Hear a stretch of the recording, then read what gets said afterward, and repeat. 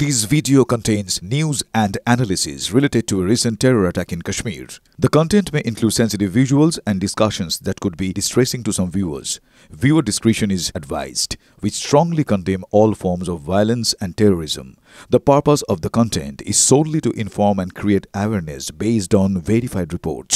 2023 সালের অক্টোবর মাস গাজা সীমান্তের ঠিক পাশে আসকালান এবং সেদ্রতের মতো ছবির মতো সুন্দর শহরগুলো কিভাবে মৃত্যুপুরীতে পরিণত হয়েছিল হামাসের আক্রমণে, হামাসের হামলায়, সেটা আমি প্রত্যক্ষ করেছিলাম সেই গাজা সীমান্তে দাঁড়িয়ে, সেদ্রত শহরে দাঁড়িয়ে।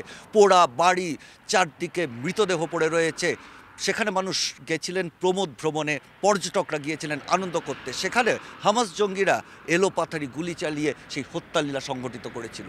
আর তার সঙ্গে প্রচণ্ডভাবে মিল খুঁজে পাই পেহেলগাঁওর বৈশারণ উপত্যকার যে বধ্যভূমি, সেটাকে দেখে দুটোর মধ্যে কোথাও যেন ফারাক নেই। আর সেই একই ধারণা কিন্তু ভারতীয় গোয়েন্দাদের।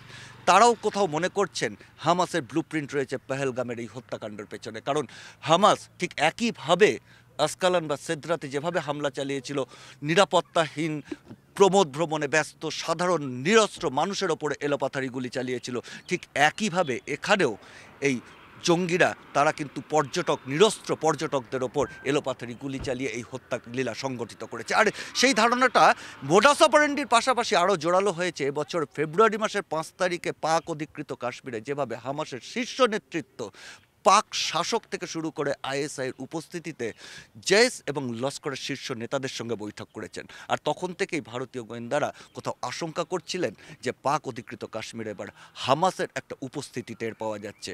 তাহলে নতুন কোনো আশঙ্কা, নতুন কোনো পরিকল্পনা হচ্ছে। আর সেই পরিকল্পনায় বা সেই আশঙ্কাই কোথাও বাস্তবায়িত হলো পেহেলগামে।